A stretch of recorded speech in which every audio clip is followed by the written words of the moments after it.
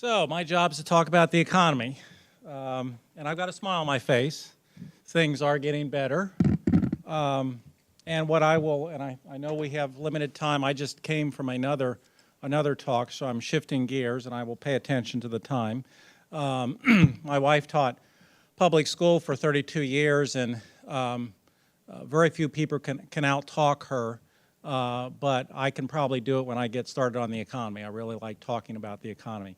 Which has not been all that pleasant to talk about in more recent years, but I think things are improving. So anyway, my job's to show you where things are going. I've got some slides on how the ag sector in particular has been changing.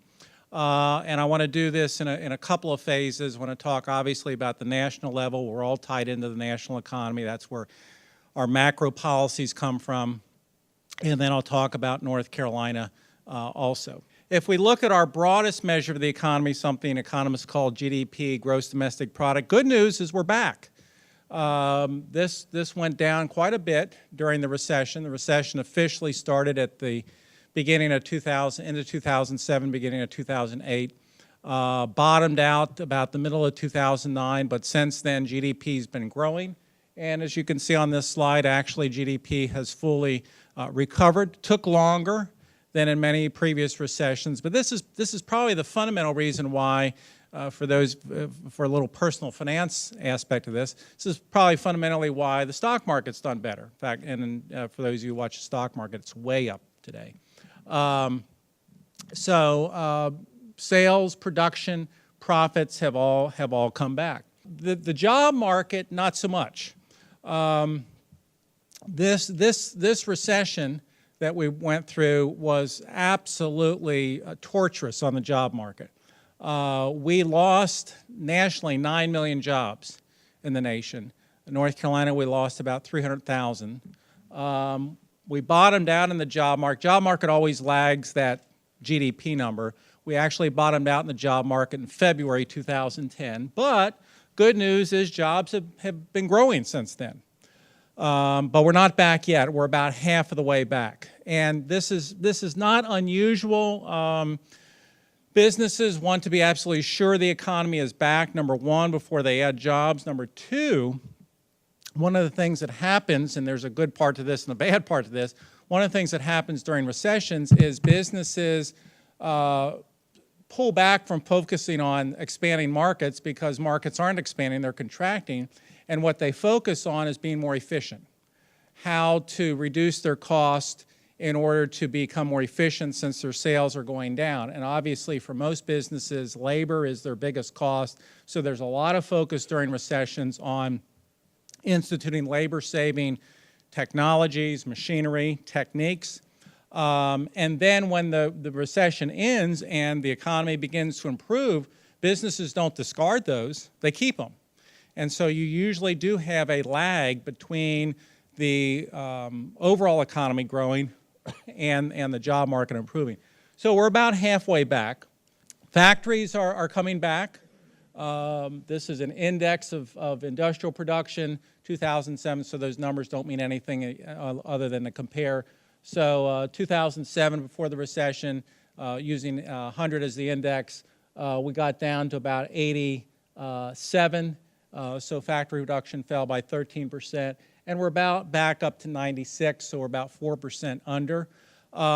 Again, I want to emphasize that like agriculture, manufacturing is changing, it's evolving, it's using more technology, it's using more machinery, it's using fewer people, so even though manufacturing output has been growing, we don't necessarily see the commensurate increase in jobs.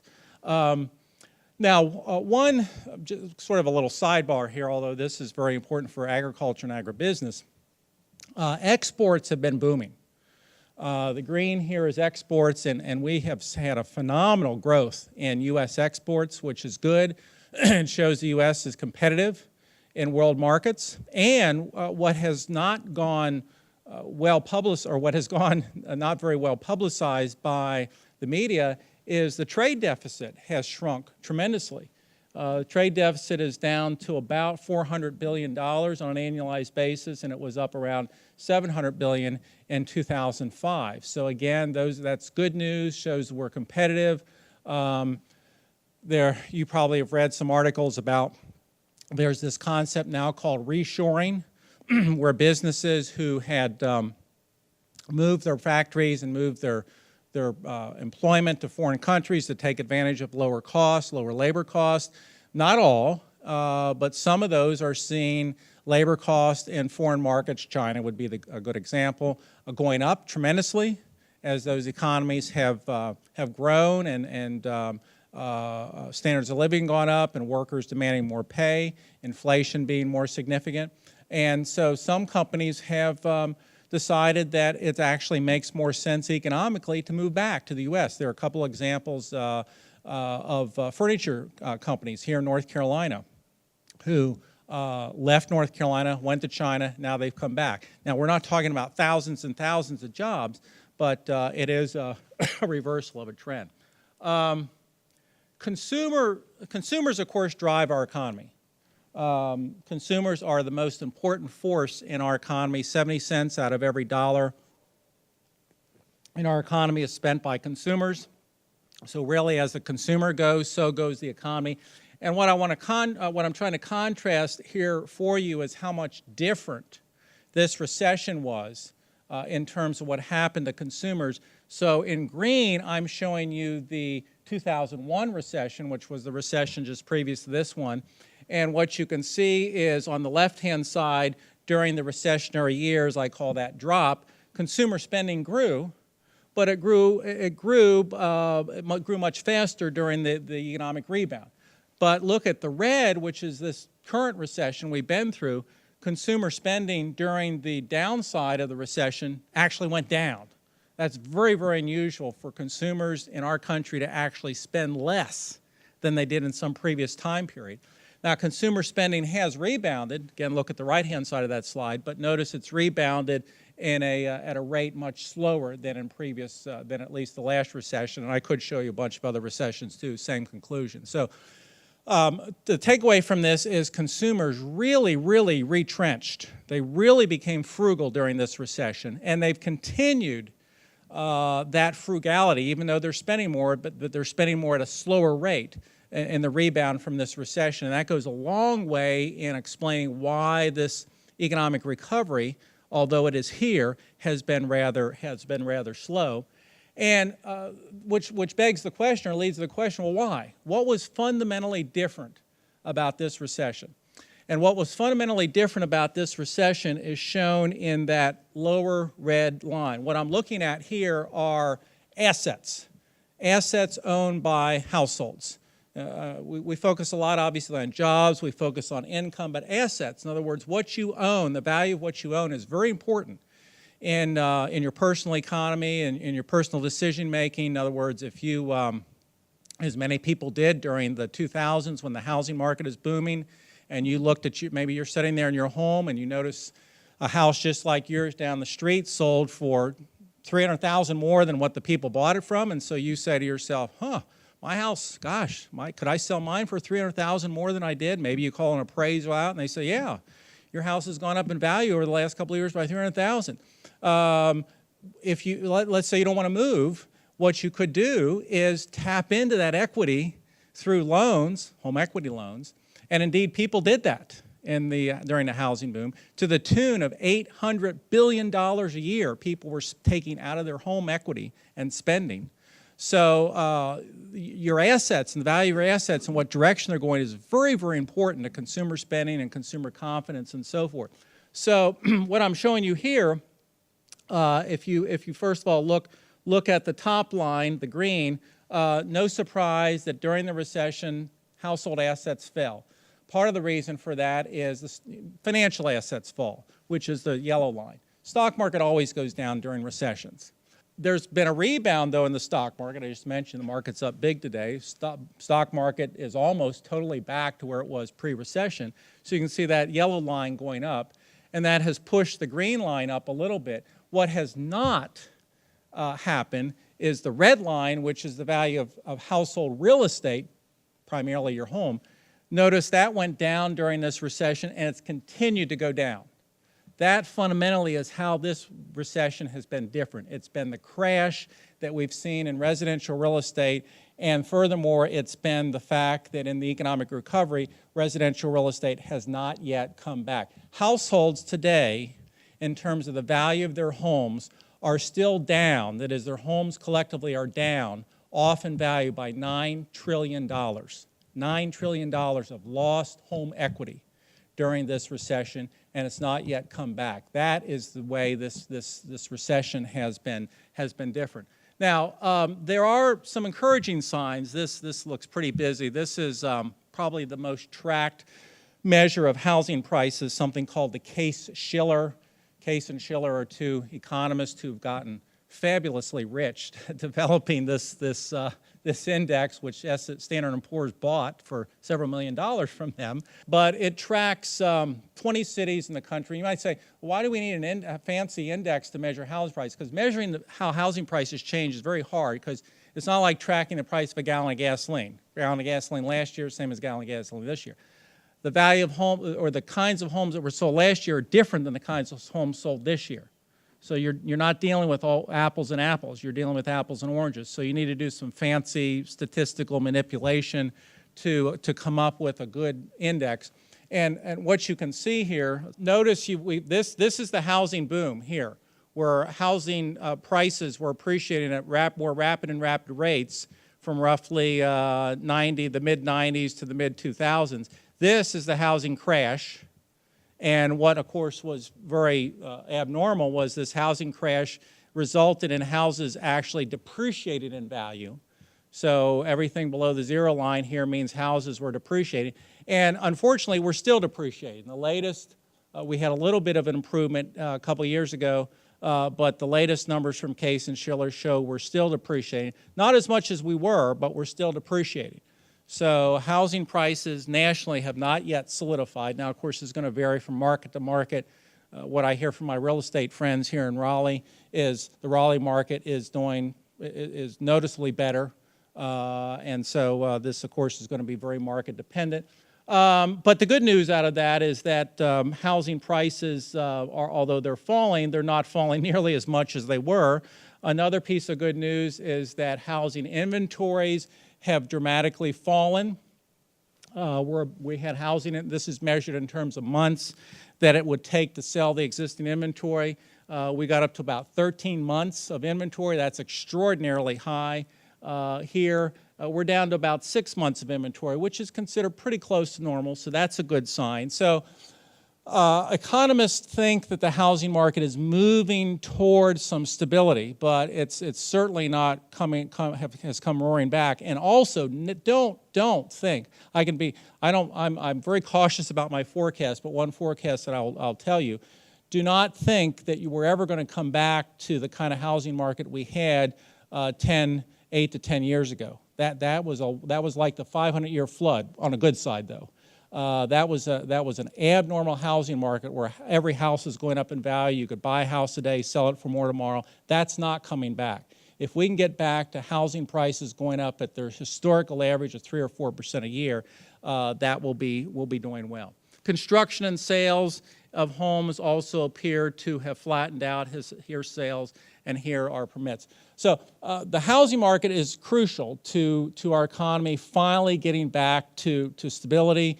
And it looks like we're moving that direction, but clearly we're not yet out of the woods. And again, I would argue that the continuing softness in the housing market is the main reason for the softness in the overall economy. Let me shift gears a little bit. Inflation. We actually went through a period of time in the depths of the recession where we had deflation. This green line measures the overall inflation rate. Here's the zero line. We actually had deflation for a while in 2009. Since then, we've had a lot of volatility in the inflation rate, primarily due to volatility in energy prices. But if you kind of eyeball this, which is what this yellow line is supposed to be doing, you see inflation has been around 2% on an annualized basis. It has crept a little higher recently, but thus far inflation does not appear, although of course people are very concerned about gas prices, I understand that. That's not the only price that's out there. in terms of policy, the people who follow this, which would primarily be people at the Federal Reserve, apparently are not concerned initially right now with inflation. So, but we will see if that does become a problem down the road. Oh, you don't want to see this, do you? Close your eyes. This is gas prices. I got into big time trouble. Well, that's too hard. I got a lot of people sent me very nasty emails about 6 months ago, and maybe a year ago, when gas prices started to go up, because as David was mentioning, I do a lot of media, and I was interviewed one day by one of the local TV channels, and it was about rising gas prices, and I said, well, higher gas prices can be interpreted as a sign of an improving economy. And did I get nasty emails from people saying, you're crazy, you're out of touch, you don't have your head screwed on right. How can you say gas? You know, they heard good and high gas prices together, and I've learned since. In fact, I did one of my biweekly articles on that. I learned. I'm 61. I'm still learning. Don't put good and high gas prices ever in the same sentence. Learn that. I mean, still the point bears stating that. Notice we actually got gas prices. Do you know gas prices got down to $1.60 a gallon in the bottom of the recession. This is the end of 2008 right here. $1.60 a gallon. But once the economy began to recover, here was the beginning of the recovery right about here, gas prices started to flirt upward. And in some sense, we sort of are now at the point where we've picked up where we left off before the recession. And fundamentally, there are two things really driving gas prices right now. The main driver is the fact that demand for gas, demand in economics lingo just means usage, buying. Demand for gas, which is in the blue, has consistently in the last year exceeded supply. That is, demand has been growing faster than supply, which is what happens when the economy recovers. And again, the thing you got to remember about the gas market is it's a worldwide market. We are not, in fact, the U.S. increasingly is playing a smaller role in gas prices because it's other countries, Asian countries primarily, that are growing rapidly and using more and more gas. So as soon as the world economy began to recover, you got the supply-demand imbalance, which pushed gas prices up. The other big thing driving gas prices right now is concerns over what might evolve in the Middle East. Could we go to a shooting war between Israel, Iran, potentially the U.S.? What would that do in terms of retaliation on oil supplies, Straits of Hormuz, et cetera, et cetera? June apparently, and I'm getting outside of my comfort zone here because this is more of someone schooled in geopolitics, but from what I've read, June apparently is a really key month in this. If Israel is going to strike Iran, apparently the current thinking is they're going to do it by June. If we get through June and get past June, my guess would be you're going to see tensions ease, and what's going to happen, you're going to have this fear premium. We actually call it a fear premium embodied in the price of gas, fear about future decreases in supply. If a shooting war occurs, we'll start to see that dissipate. Obviously those are things to watch. All right, let me move on to, here are our forecasts. And again, you can take what you want with these. They're not costing you anything, so that might be their value. But I do think that we're probably on mark to create nationally about 200,000 to 250,000 jobs a month. I think at the end of this year, the national unemployment rate will probably be close to 8%. GDP growth about 2.5 to 2 3/4. Consumers do appear to be getting their sea legs and spending more. Big wild card right now is, as it often is potential Mideast conflict. All right, let me quickly move, watching the time, because I know you have a break, and I'm sure you need a break after listening to economics. Real quick, when we talk about policy, again, it's national economic policy. There are two big policy arms, if you will, at the federal level. One is in the Federal Reserve. I've just been teaching my undergraduates about the Federal Reserve, and people heard about the Federal Reserve. They don't know a lot about the Federal Reserve. The key thing for you to remember about the Federal Reserve is the Federal Reserve has something that I've been searching for all my life. It's a checkbook where I write a check and I never have to debit anything. Federal Reserve has that. They can create money, and they have been doing it. This is a measure of their basic money supply. Mr. Bernanke and his colleagues have tripled the money supply over the last 3 years. They've also brought short-term interest rates down to virtually zero levels. So if you go to your favorite bank and you wonder why on your CDs you're getting virtually nothing, your money market funds you're getting virtually nothing, you can thank the Federal Reserve because they've pushed interest rates to virtually zero. This is standard, out of the book, out of the policy manual, monetary policy that in a recession, what the Federal Reserve tries to do is make lending cheaper and encourage, by making lending cheaper and making lending available by increasing the money supply, encourage people and businesses to borrow, they spend, businesses sell more, they hire more people, you get this virtuous cycle.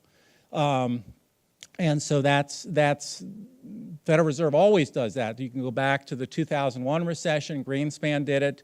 You can go back and look at every recession, this always happens. Now, one downside of this that people worry about, rightly so, is that all this money that's been created, could that eventually mean significantly higher inflation? I'll never forget my first econ professor. It was a large lecture hall, about 500 of us in a lecture hall. It's Professor Herman, and now long gone. He said, the reason we get inflation, he said, inflation results when you've got too much money chasing too few goods and services. Too much money chasing too few goods and services.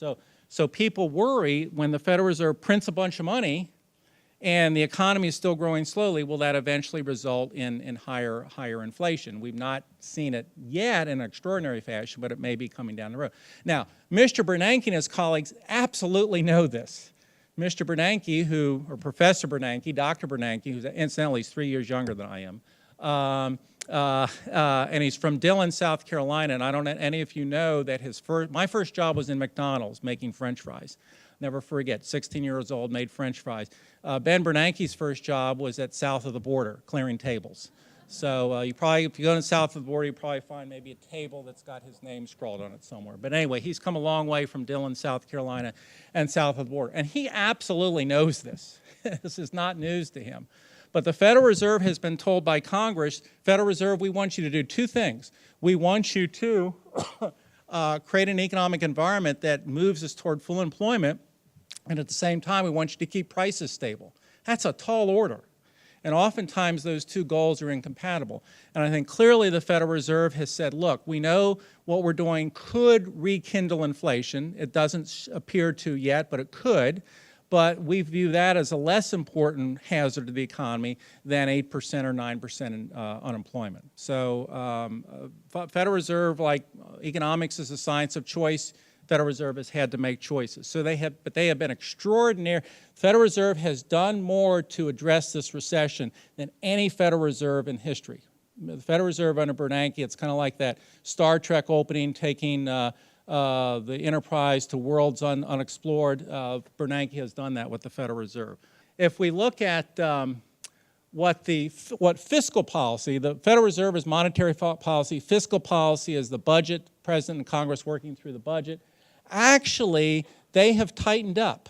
You might say, well, how can you say that, Walden, if federal government has spent a lot more than they've taken in? We've run up these record deficits.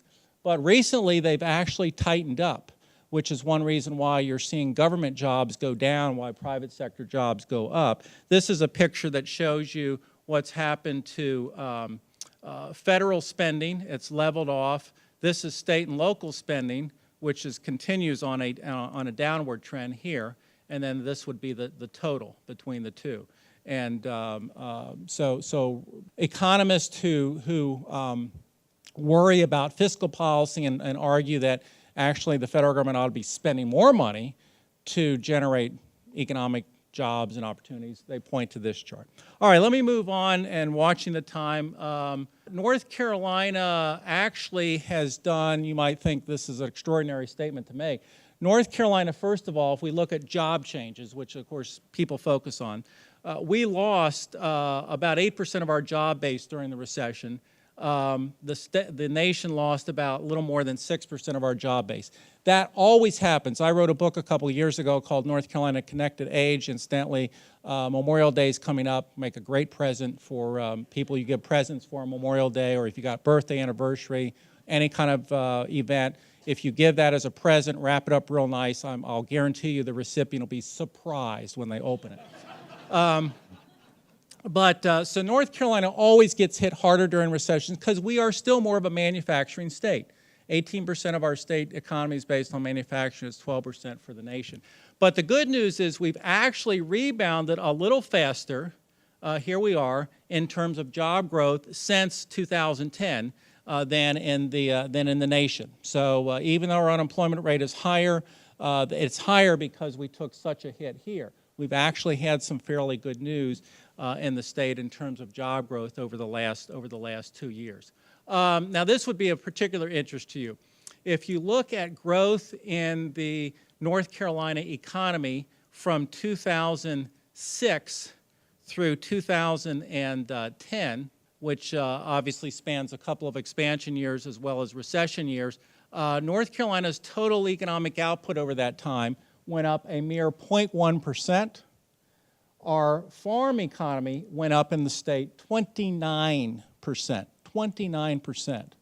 So things actually have been booming to some extent down on the farm. Some of that is due to rising commodity prices, but I think also it's due to the fact that we have a very, very competitive farm economy, and we have a world in which I think agriculture is going to become more and more important because we're going to have more people to feed in the world, and what people want to eat is changing. And I think those two things will channel into some dramatic opportunities for U.S. and North Carolina farmers. All of you here from North Carolina know that, or even if you're not from North Carolina, know most states are not homogeneous. They're very diverse. We have enjoyed, as I said, job growth in the state, but it has varied across the state. Where we are here in the so-called Research Triangle, job growth has actually been very, very robust in the last 2 years. 5.2% job growth, 4.7 in Asheville, et cetera, whereas we still have some economies, primarily on the coast, Jacksonville, Wilmington, that are struggling. So we have made gains in the state, but certainly not evenly distributed. David mentioned my index of leading indicators for the state. It has been moving up recently, so that is also a good sign for our state economy. And forecast for the state, North Carolina, I think 80,000 jobs created. To give you context, we created 50,000 last year, and I think we'll be down to about 9% jobless rate by the end of the year, leaving you with some challenges, particularly in terms of agriculture, agribusiness. We are looking at, despite the recession, I think growth in the world. If you look, for example, at World Monetary Fund or International Monetary Fund, the OECD projections for world growth, they're considerable over the next 20 or 30 years. So more people to feed, people wanting better diets. Again, that creates economic opportunities for us here in North Carolina for the agribusiness sector. It also creates challenges for using our natural resources safely and productively and efficiently. And of course, we hear that most recently discussed with respect to exploration for fuel, natural gas. I think in terms of broadly thinking about this, one of the ways that economists would argue that we can deal with some of our challenges in energy and in medical care is in terms of improved technology, which of course is exactly what we do at the universities, that we look for ways of doing things more efficiently, doing things better, doing things more productively, so that I think, in fact, the group I just finished speaking to asked me that question about how do the universities fit into these economic challenges that we face. And I say they're going to be crucial, because this is where the best minds are who can look at these problems and try to come up with solutions that are better for everyone. Thank you very much.